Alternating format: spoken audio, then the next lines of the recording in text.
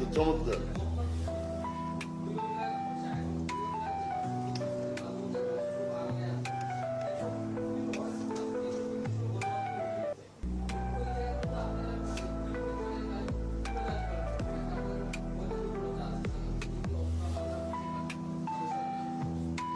কোন ফৌজদারি অপরাধে অভিযুক্ত কোন আসামি যদি বিজ্ঞ আদালত থেকে জামিন নিয়ে এসে পুনরায় অপরাধ করে, তাহলে পুনরায় তাকে গ্রেফতার করতে বা তার বিরুদ্ধে আইনগত ব্যবস্থা নিতে কোনো বাধা নেই।